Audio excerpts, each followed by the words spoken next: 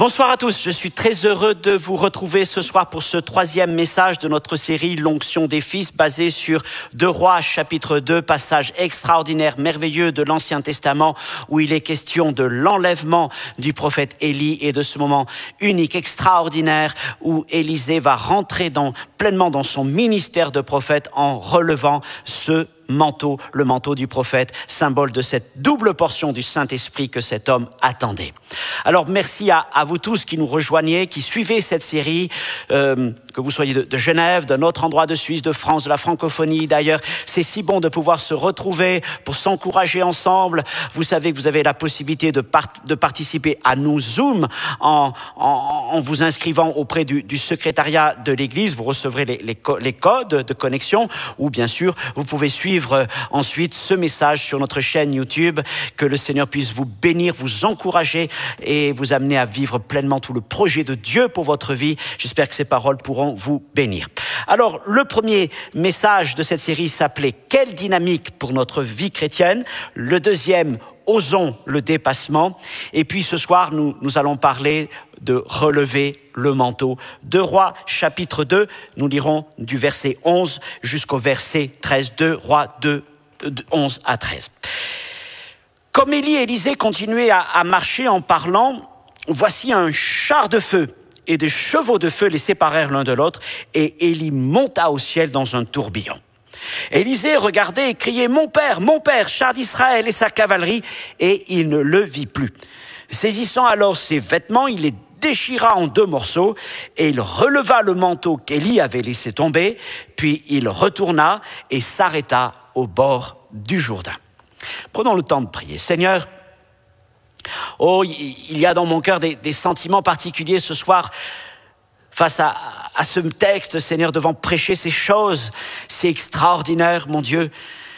Seigneur, je voudrais être ce porte-parole inspiré pour pouvoir, Seigneur mon Dieu, décrire ces événements de la manière la plus précise spirituellement parlant, afin qu'ils puissent, Seigneur, toucher nos cœurs et nous amener aussi quelque part à vivre ces choses, bien sûr, dans le cadre de la nouvelle alliance.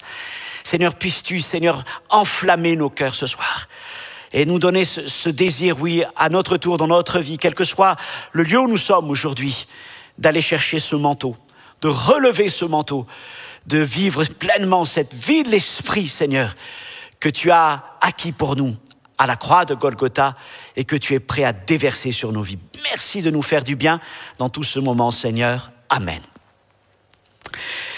Voilà donc la deuxième fois qu'Élie, quelque part, laisse tomber son manteau sur Élisée. La première fois, ce fut au moment de l'appel même du prophète Élisée. Quelque temps plus tôt, alors qu'Élie était encore sur le mont Sinaï, il avait reçu du Seigneur cet ordre, 1 Roi chapitre 19, versets 19 et 21, d'aller dans cette ville d'Abel-Méhola pour oindre Élisée, le fils de Scaphat, comme prophète à sa place. En fait, le texte nous le montre, il ne l'a pas oint tel qu'on pourrait l'imaginer, par exemple Samuel qui oint d'huile Saül, puis ensuite David. Non, il va jeter, dit le texte, jeter son manteau sur les épaules d'Élisée. Et c'était donc là une espèce d'onction qui venait sur cet homme qui était en train de travailler dans son champ, nous le savons. C'était un moyen alors de marquer l'appel de Dieu sur Élisée. Ça ne veut pas dire que, à partir de ce moment-là, Élisée devenait un prophète. Mais ça annonçait un temps de préparation, je vais même dire une longue saison de préparation pour Élisée, dans le but de devenir, au temps fixé par Dieu, le prophète qu'il voulait qu'il devienne. Et puis, plus tard, ce temps est venu, vint donc le deuxième recouvrement d'Élisée, quand il releva le manteau qu'Élie laissait derrière lui en montant au ciel dans ce char de feu, et Élisée s'en revêtit lui-même après Élie. Et ce jour-là, c'était le moment d'entrer dans son appel.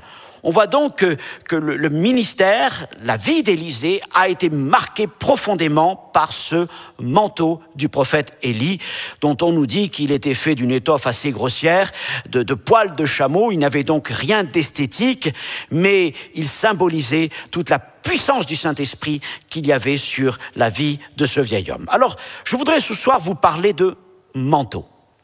Ils étaient faits d'étoffes légères, de poils grossiers, de fourrures. Mais en tout cas, les manteaux étaient souvent des biens précieux. Ils pouvaient être un signe d'autorité ou de puissance. Il y avait notamment les manteaux royaux ou princiers. Je pense à celui que Jonathan a donné à David, en Samuel 18, verset 4, ou à celui que David va couper dans la caverne. C'est celui de Saül. Il coupe le manteau royal de Saül en tremblant, rien qu'en faisant ce geste, parce qu'il y avait déjà dans ce manteau toute l'autorité, je vais dire, le symbole de la royauté de Saül. Et nous savons que David ne voulait pas en toucher à la vie de Saül. Je pense aussi au manteau d'Hérode, celui dont il va recouvrir Jésus au jour de son arrestation et de son procès. Donc il y avait des manteaux royaux et il y avait aussi des manteaux de prophètes. On le voit avec Samuel dans 1 Samuel 28, lorsque dans ce passage si particulier où le roi Saül est allé consulter la sorcière à Endor et il va lui demander de faire monter en quelque sorte Samuel et Dieu permet cela dans ces circonstances très particulières et Saül va comprendre qui il est, alors sans voir même son visage, parce que Samuel était enveloppé dans son manteau, un vieillard dans un manteau, le manteau du prophète, qui était aussi un symbole très important qui accompagnait donc Samuel, et bien sûr le manteau d'Élie. Élie était un homme qui était connu, on le reconnaissait de loin avec le manteau dont il était affublé. Alors, il y avait donc un signe d'autorité royale, d'autorité prophétique associée au manteau, mais d'une manière plus courante, il véhiculait aussi une idée de protection. Je pense au manteau avec lequel les fils de Noé ont couvert la nudité de leur père au jour où il s'est enivré, Genèse chapitre 9, verset 23. Je peux penser aussi à Paul en prison à Rome lorsqu'il demande à Timothée de lui ramener son manteau. C'était un bien important pour lui avec les parchemins. Et parfois, il arrivait même qu'un manteau soit le seul bien d'un homme. Pensez donc à l'aveugle Bartimée de Jéricho, qui n'avait que comme seul bien ce manteau dont il se dépouilla d'ailleurs pour aller à la rencontre de Jésus. Je voudrais vous dire ce soir, à la manière de ce qui s'est passé pour Jonathan, David, pour Élie et Élisée, que le Seigneur a préparé un manteau pour nos vies, un manteau qu'il veut jeter sur nos vies, dont il veut nous revêtir. Nous verrons qu'il peut avoir plusieurs manières de considérer ce manteau, un manteau de justice, un manteau de consolation, un manteau d'espérance, un manteau d'intimité, mais bien sûr le manteau du Saint-Esprit avant toute chose. Et le Seigneur veut nous couvrir de ce manteau afin que nous puissions rentrer dans notre appel et accomplir le projet de Dieu pour notre vie. Alors laissez-moi donc débuter ce message en vous adressant cette question: de quel manteau êtes-vous couvert ? De quel manteau êtes-vous couvert ? Il peut y avoir de mauvais manteaux. Il y a des bons manteaux dans les Écritures, mais il est aussi question de mauvais manteaux, et j'espère que vous n'êtes pas revêtus de mauvais manteaux. Dans ce cas-là, je ne peux que vous inviter à rejeter ces mauvais manteaux. Quels sont-ils ? Il y a tout d'abord les manteaux rapiécés, les manteaux en lambeaux. Je fais référence à Marc chapitre 2, verset 21, c'est la parabole de l'étoffe. Vous savez, l'étoffe déchirée que la courturière va essayer de rapiécer. Eh bien, il arrive que des gens portent des manteaux rapiécés. Alors, je ne parle pas évidemment de manteaux en textile, mais je parle de leur vie. Leur vie est semblable à un manteau déchiré et parfois même à un manteau rapiécé. Et là, je pourrais parler de certains chrétiens qui, dans l'Église, vivent avec des manteaux rapiécés. Leur vie était déchirée, elle était en lambeaux, et ils ont découvert Jésus-Christ. Mais au lieu de se dépouiller de leurs anciens vêtements, et de revêtir celui que Christ en réserve pour eux. Voilà qu'ils abordent la parole du Seigneur, qu'ils abordent l'évangile, qu'ils apportent des promesses de Dieu en prenant et finalement en découpant les pièces qui pourraient correspondre à leurs besoins, aux endroits de leur déchirure. Et finalement, ils opèrent des rafistolages dans leur vie. Ils essayent de trouver des compromis entre leur vie passée et puis le message de l'évangile. Ils trouvent dans l'évangile espérance, consolation, promesse, bénédiction, guérison.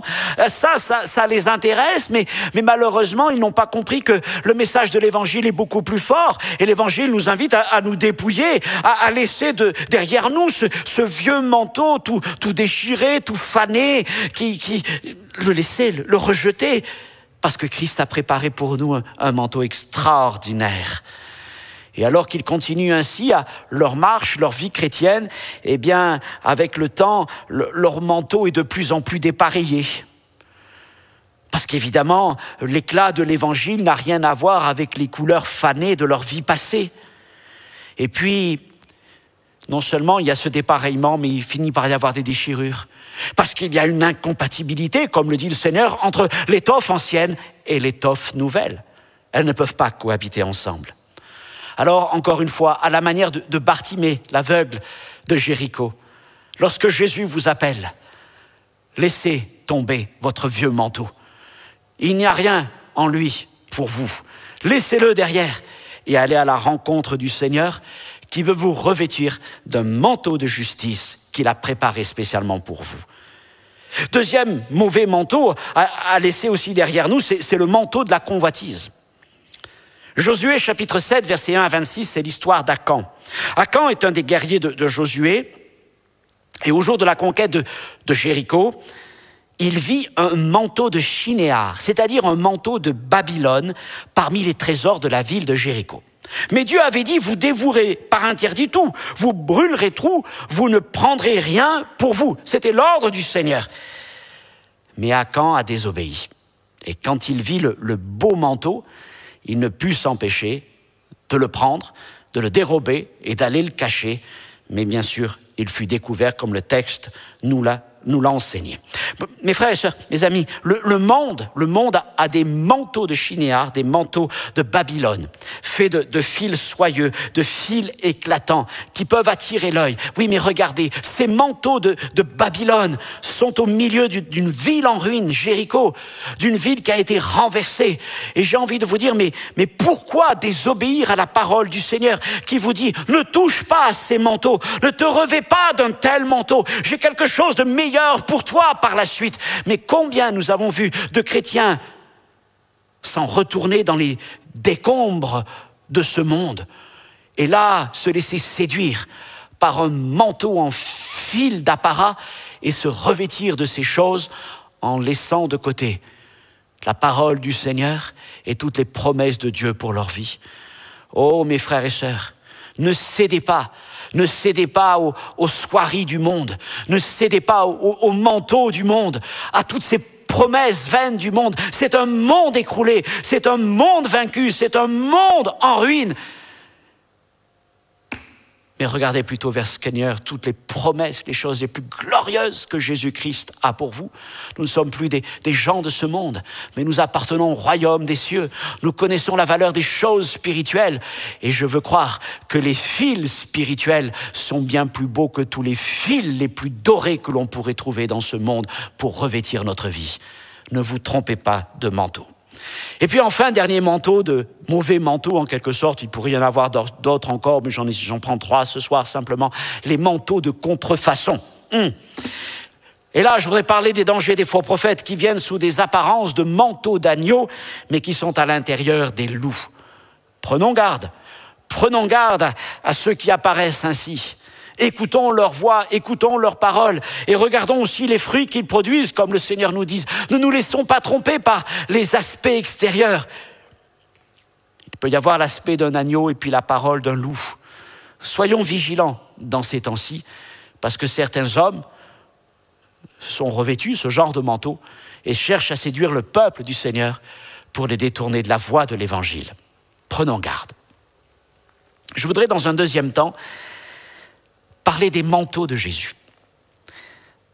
Dans Luc chapitre 23, verset 11, il est question du manteau de couleur éclatante dont le roi Hérode affubla Jésus.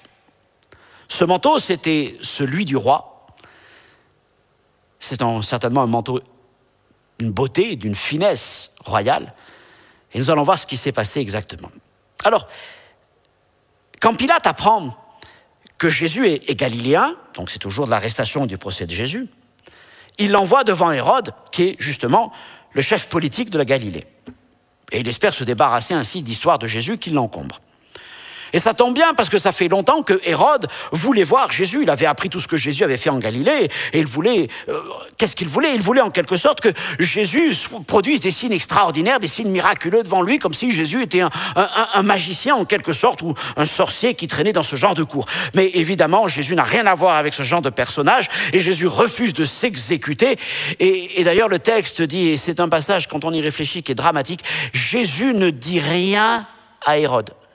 Jésus a parlé avec Pilate, mais avec Hérode, il n'a pas dit un mot. Et vous savez que c'est la chose la plus dramatique qui puisse arriver pour un homme, quand Jésus n'a rien à dire à un homme. Mais la Bible nous dit que la foi vient de ce qu'on entend, la parole de Christ. Mais si Christ n'a rien à nous dire, alors il n'y a aucune espérance de salut. Et cet homme, Hérode, était là en train en quelque sorte, de jouer avec Jésus, de prendre Jésus pour presque pour un espèce de saltimbanque. Il a méprisé Jésus. Et à cause de cela, le Seigneur s'est tué devant lui. Ce qui veut dire qu'il n'y avait aucun espoir de salut pour un tel homme. Prenons garde, évidemment. Mais le Seigneur est celui qui fait grâce à ceux qui ont un cœur humble devant lui. Alors, devant le refus de Jésus d'accomplir un miracle, c'est là que le texte nous dit que Hérode ne trouva rien de mieux à faire que de prendre son manteau royal, son manteau éclatant, et de le jeter sur Jésus en se moquant de lui. Ah, voilà donc le roi des Juifs. Oh oui, ce manteau devait être magnifique, lumineux, extraordinaire. Pour autant, ce n'était pas ce manteau-là dont Jésus voulait se revêtir. Et Jésus refusa la gloire des hommes qui le méprisèrent. Il avait quelque chose d'autre en tête.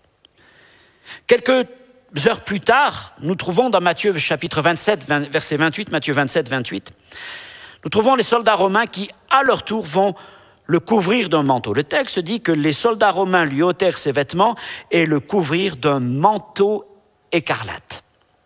Ce manteau écarlate, c'est le manteau des légionnaires romains.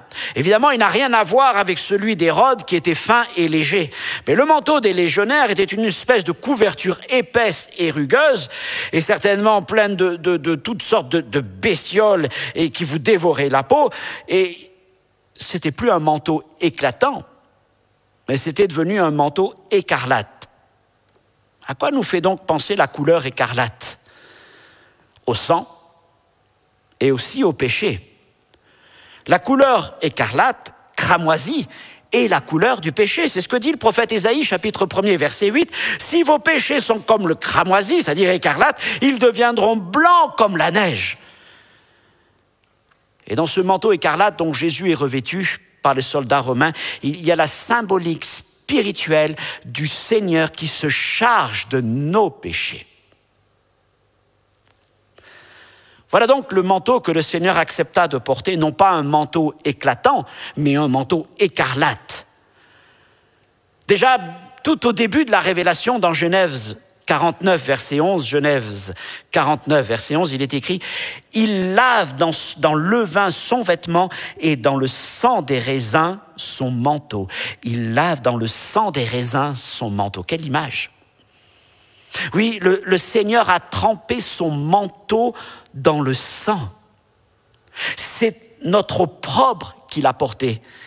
Et ce sont nos péchés dont il s'est chargé.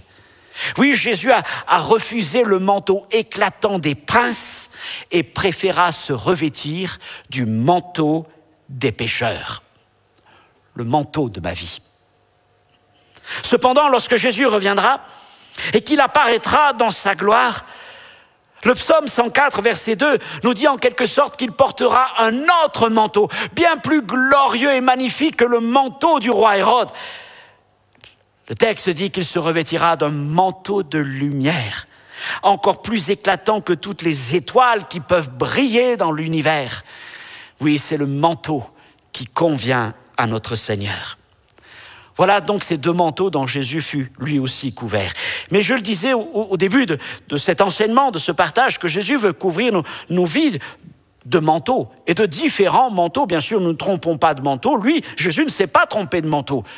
Nous, à notre tour, nous ne nous trompons pas. Regardons les manteaux que le Seigneur est prêt à nous accorder. Tout d'abord, un manteau de consolation. Jésus fut revêtu d'un manteau d'opprobre, on vient de le dire, et lui veut nous couvrir d'un manteau de grâce et de consolation. Le péché nous expose à la honte, à la nudité spirituelle, à l'accusation, à toutes les détresses. Et souvent, nous tentons de procéder comme Adam et Ève. Nous nous fabriquons quelques oripeaux pour cacher notre misère.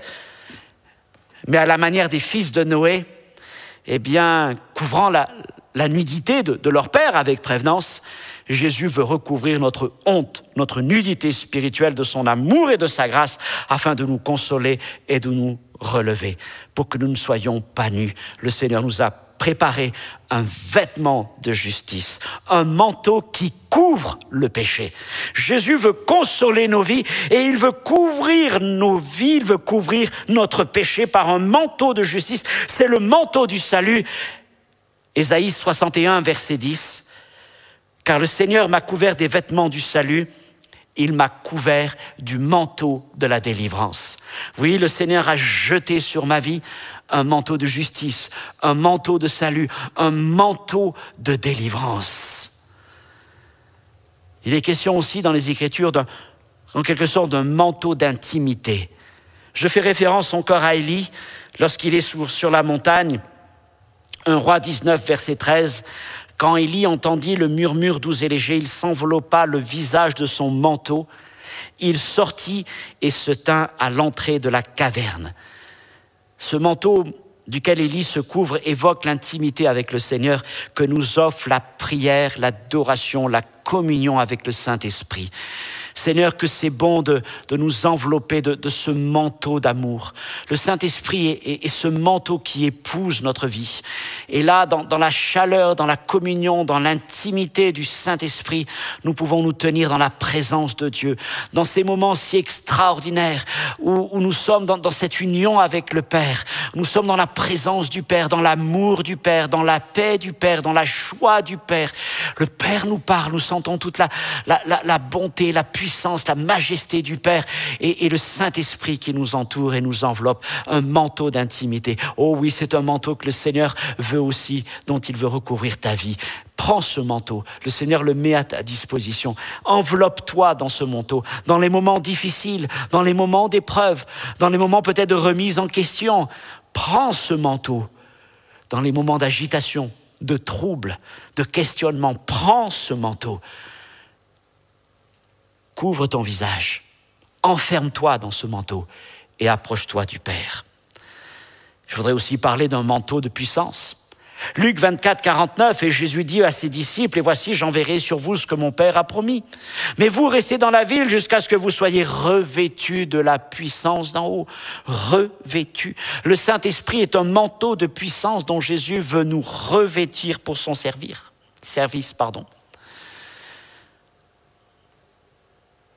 Contrairement à l'encombrante armure que Saül avait mis sur David, qui n'arrivait même pas à bouger, eh bien le Saint-Esprit est semblable au manteau que Jonathan donna à David. Le Saint-Esprit n'est pas là pour nous encombrer dans notre vie chrétienne. Il n'est pas là pour alourdir notre marche. Le Saint-Esprit n'est pas quelqu'un de rigide. Il ne va pas nous emprisonner. Il ne va pas nous forcer. Mais comme le manteau vient épouser les formes du corps qu'il habille, eh bien le Saint-Esprit vient épouser quelque part notre vie. Il vient pour nous accompagner. Il vient pour vivre cette communion avec nous. Et que c'est bon d'être revêtu de cette puissance. La puissance du Saint-Esprit n'est pas un poids lourd à porter. Elle n'est pas l'armure de Saül, mais elle est le manteau que Jonathan donna à David. Et puis je veux finir en parlant du manteau de l'appel. Et je reviens à notre texte concernant le manteau qu'Élie a laissé tomber derrière lui et qu'Élisée releva. Je relis le texte, versets 13 et 14. Élisée releva le manteau qu'Élie avait laissé tomber, puis il retourna et s'arrêta au bord du Jourdain. Il prit le manteau qu'Élie avait laissé tomber, il en frappa les eaux et dit « Où est l'Éternel, le Dieu d'Élie ?» Et lui aussi, il frappa les eaux qui se partagèrent ça et là, et Élisée passa. Bien des années plus tôt, donc, une première fois, Élie avait couvert Élisée de son manteau. Et c'était le temps de l'appel au ministère qui consistait à ce moment pour Élisée à accompagner Élie, à suivre Élie. Ce recouvrement, ce premier recouvrement du manteau, lorsque donc Élie jette le manteau sur Élisée, avait valeur d'onction, comme le Seigneur l'avait demandé à Élie, va oindre Élisée, fils de Shaphat. Ainsi, Élie avait été oint à ce moment-là, dans sa jeunesse, en vue d'être prophète à la place d'Élie, 1 Roi 19:16. Pour autant, à la manière de Josué auprès de Moïse, pendant des années, Élisée se contenta de servir Élie. Et Élisée était connu, c'est ce que nous dit 2 Rois 3:11, Élisée était connu pour être celui qui versait de l'eau sur les mains d'Élie, c'est-à-dire qui servait Élie. Alors nous devons comprendre que si Élie avait donc couvert Élisée de son manteau, qui avait symbole d'onction, cela ne faisait pas à l'instant même d'Élisée un prophète. Car il fallait d'abord qu'au contact d'Élie se forme en lui le caractère d'un serviteur de Dieu, et plus particulièrement d'un prophète. Et pendant des années et des années, il y a eu donc ce temps indispensable de la formation, de la préparation du serviteur de Dieu. Certains pensent que possédant un appel ou un don, c'est suffisant. Ils peuvent donc se mettre à l'œuvre tête baissée et ainsi faire selon ce qui leur semble bon. Ils n'ont pas besoin de dépendre de l'un, de l'autre et on y va, on fonce. Mais ce n'est pas la façon de faire de Dieu. Nous ne pouvons pas mettre de côté le temps de préparation. C'est un temps voulu par Dieu, pendant lequel il travaille le caractère de son serviteur et le prépare à servir selon le don qu'il a reçu. J'ai même envie de rajouter cette pensée que l'on entend souvent, c'est que la puissance d'un ministère est souvent directement lié au temps de préparation, à la longueur du temps de préparation d'un homme. Plus un homme est préparé par Dieu, plus son ministère sera puissant et efficace. Moïse a été préparé par Dieu pendant des années dans le désert. David a été préparé pendant des années alors qu'il fuyait devant Saül. Et Élisée a été préparé pendant des années auprès d'Élie. Et même Jésus a été préparé pendant des années dans son enfance et ensuite lorsqu'il a grandi. Et je pense même à Saul de Tarse. Lui aussi fut préparé pendant des années. Après sa rencontre avec le Seigneur sur le chemin de Damas, certes, il a commencé à servir le Seigneur, mais il n'est rentré dans son apostolat que bien des années plus tard. Et pendant plusieurs années, il fut presque perdu de vue de l'Église. Il était tantôt en Arabie, tantôt chez lui à Tarse en Cilicie. Et on pense que cette période a duré plus d'une dizaine d'années. Avant de rentrer dans son apostolat, il y a donc eu 10 ans. 10 ans entre Damas et Antioche au moment où le Seigneur l'appelle.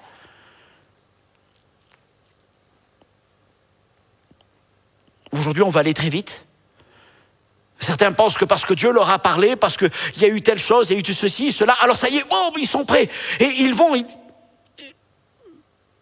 Et on va devant des catastrophes.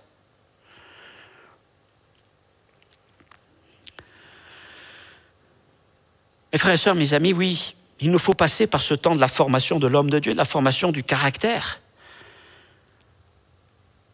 L'onction ne fait pas le caractère, mais elle appelle à une transformation du caractère. Alors Dieu nous appelle à son service, il nous accorde ses dons. En quelque sorte, il a étendu son manteau sur nos vies. Mais ça ne veut pas dire que nous sommes tout de suite aptes à exercer le ministère que Dieu nous accorde. Mais il nous faut apprendre non seulement ce qu'est la nature de notre ministère, de notre appel, de ce que Dieu a préparé pour nous, mais aussi à devenir un homme capable, par la grâce du Seigneur, cette grâce sanctifiante, d'exercer le ministère comme Dieu nous y appelle. Élisée avait été recouvert par le manteau d'Élie alors qu'il était tout jeune et il ne s'est pas dit, ça y est, j'y suis, je suis prophète, laissez-moi la place. Élie, Dieu t'a dit de moindre comme prophète à ta place, maintenant que tu m'as oint, laisse partir. Non, Élisée avait bien compris que c'est pas parce que Élie avait jeté son manteau ce jour-là qu'il était prêt à devenir prophète à la place d'Élie, mais c'était simplement le début de quelque chose de nouveau. Alors il resta attaché à Élie.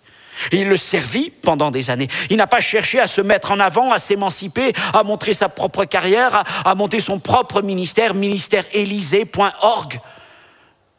Non, il était à la suite d'Élie. Mais il vivait pleinement dans l'attente de l'accomplissement de son appel. Et il croyait qu'un jour viendrait où de nouveau, le Seigneur le recouvrirait de ce manteau. Non pas simplement pour un instant, mais pour tout le reste de sa vie. Et c'est donc ce qui s'est produit au jour de l'enlèvement du prophète, lorsque Élisée, étant resté attaché à Élie jusqu'au bout, parce qu'il voulait cette pleine portion de l'esprit, cette double portion de l'esprit d'Élie, il vit alors le prophète être enlevé dans le ciel, dans ce tourbillon de feu, et le manteau tombé derrière lui. Et c'est alors qu'Élisée le ramassa, le releva. Mais avant de s'en revêtir, regardez donc au verset 12. Saisissant alors ses vêtements, il les déchira en 2 morceaux. Avant de revêtir le manteau, il a déchiré ses vêtements. C'est un symbole du renoncement à soi. Regardons encore plus précisément. Lorsque Élie appela la première fois Élisée, Élisée renonça, vous retrouvez ça dans le Roi 19, il renonça à une carrière professionnelle, à son environnement familial. Il avait donc 12 paires de bœufs. Il avait un père, Scaphat, dont le nom veut dire le juge. C'était quelqu'un certainement d'estimé dans cette ville. Donc, on peut estimer que la famille d'Élisée était très connue dans la région. Il y avait donc peut-être un grand avenir professionnel, social pour Élisée. Et il a renoncé à tout cela. Et ce renoncement est marqué par le sacrifice de sa paire de bœufs. Ce jour-là, Élisée a renoncé à un futur qui semblait brillant. Mais en ce nouveau jour, celui d'enlèvement d'Élie, Élisée déchire ses vêtements. Et quelque part, il montre à Dieu qu'il renonce à lui-même pour rentrer pleinement dans sa vocation. Il n'était pas question pour lui de garder ses vêtements et de mettre par-dessus le manteau qu'il ramassait. Il ne pouvait pas demeurer lui-même et se revêtir de l'appel de Dieu. Il devait se débarrasser de tout ce qu'il était et n'être couvert que de cet esprit du Seigneur qui venait sur lui, à travers le symbole du manteau. Et quand Élie fut enlevé, il laissa derrière lui son manteau. J'ai envie de vous dire que il n'a pas échappé des mains d'Élie. C'est pas comme si, emporté par le feu, « Oh, mince, j'ai perdu mon manteau ». Non, il a laissé son manteau derrière lui, parce qu'il savait que derrière lui, il y avait un homme capable de le relever et de s'en revêtir. Peut-être tu es dans une période, mon frère, ma sœur, mon ami, ou toi aussi, tu peux te poser la question de savoir, mais Seigneur, qu'en est-il de ces paroles que tu as mises sur ma vie? Qu'en est-il de cet appel? Et peut-être ça fait de nombreuses années que cet appel a retenti en toi. Et depuis, tu pourrais dire, mais oui, je sers dans l'église, oui, je me rends utile, oui, je suis là. Mais il y avait quelque chose d'autre.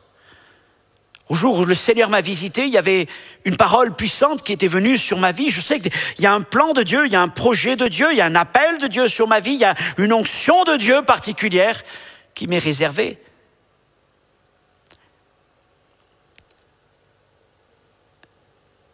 Mais le temps que tu traverses n'est pas un temps perdu, c'est un temps de préparation, de formation. C'est C'est encore le prophète Ésaïe au chapitre 49 qui dit « Il a fait de moi une flèche aiguë, il m'a caché dans son carquois. » Le Seigneur est en train de faire de toi une flèche aiguë. Mais il te cache dans son carquois. Il te prépare dans le secret, dans l'intimité. Il te prépare dans cette église ou dans ton église. Il te prépare dans ta famille, il te prépare sur ton lieu de travail, dans ta vie de tous les jours. Il te prépare lorsque tu sers peut-être parmi les enfants. Il te prépare lorsque tu sers peut-être dans la louange. Il te prépare lorsque tu sers dans l'église ou dans telle ou telle association, etc. Lorsque tu es là pour, en quelque sorte, verser l'eau. Il te prépare. Tu es dans le carquois, mais je te dis qu'un jour, le Seigneur va prendre cette flèche, il va te prendre parce qu'il sait que tu es dans son carquois et il sait que tu es en train de devenir une flèche aiguë et au jour voulu, il te prendra et là, il fera de toi une arme puissante. Et c'est ce qui s'est passé avec Élisée. Nous avons donc ce soir parlé de manteaux, de différents manteaux. Je ne sais pas où nous en sommes les uns les autres de notre marche avec le Seigneur. Mais ce qui est clair, c'est que le Seigneur a des manteaux pour différents moments de notre vie. Les manteaux étaient des choses chères, rares, des biens précieux. Et le Seigneur est celui qui a préparé les plus beaux manteaux, des manteaux de consolation, des manteaux pour couvrir notre nudité, notre honte, des manteaux de délivrance et de salut, des manteaux d'intimité avec lui, des revêtements de puissance, un manteau de puissance. Quel que soit le manteau que Jésus en réserve pour toi, reçois-le comme un don précieux. Et peut-être ce soir, ou à l'écoute de ce message, tu réalises ton besoin. Et tu peux dire, Seigneur, je ressens le froid. Je ressens la honte. Seigneur, j'ai besoin que tu me couvres d'un nouveau manteau.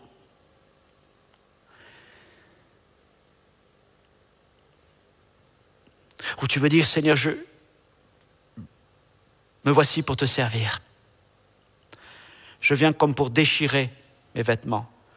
Parce que ce soir, peut-être mon ami, mon frère, ma sœur, tu comprends que si tu ne revêts pas encore ce manteau, c'est parce que tu n'as pas déchiré tes vêtements. Et tu ne peux pas revêtir le manteau en gardant tes vêtements. Et tu dois faire un choix maintenant. Fais le bon choix. Marche à la manière d'Élisée. Ne nous trompons pas de manteau. Ne prenons pas les manteaux de Chinéar, les manteaux d'Hérode, les manteaux de ce monde, trouvés au milieu des débris, des ruines de ce monde. Mais considérons les choses spirituelles que le Seigneur en réserve pour nous. Amen. Que ces paroles puissent encourager l'un ou l'autre, vous faire du bien. Nous retrouverons pour un dernier, 4e message dans cette série où nous commencerons à suivre Élisée qui maintenant est seul et qui va retourner vers le Jourdain et vers les villes qu'il venait de traverser, les fils des prophètes. Et nous allons parler de ces premiers moments du ministère d'Élisée, donc dans un dernier message. Que Dieu vous encourage, vous bénisse et vous fasse du bien. Amen.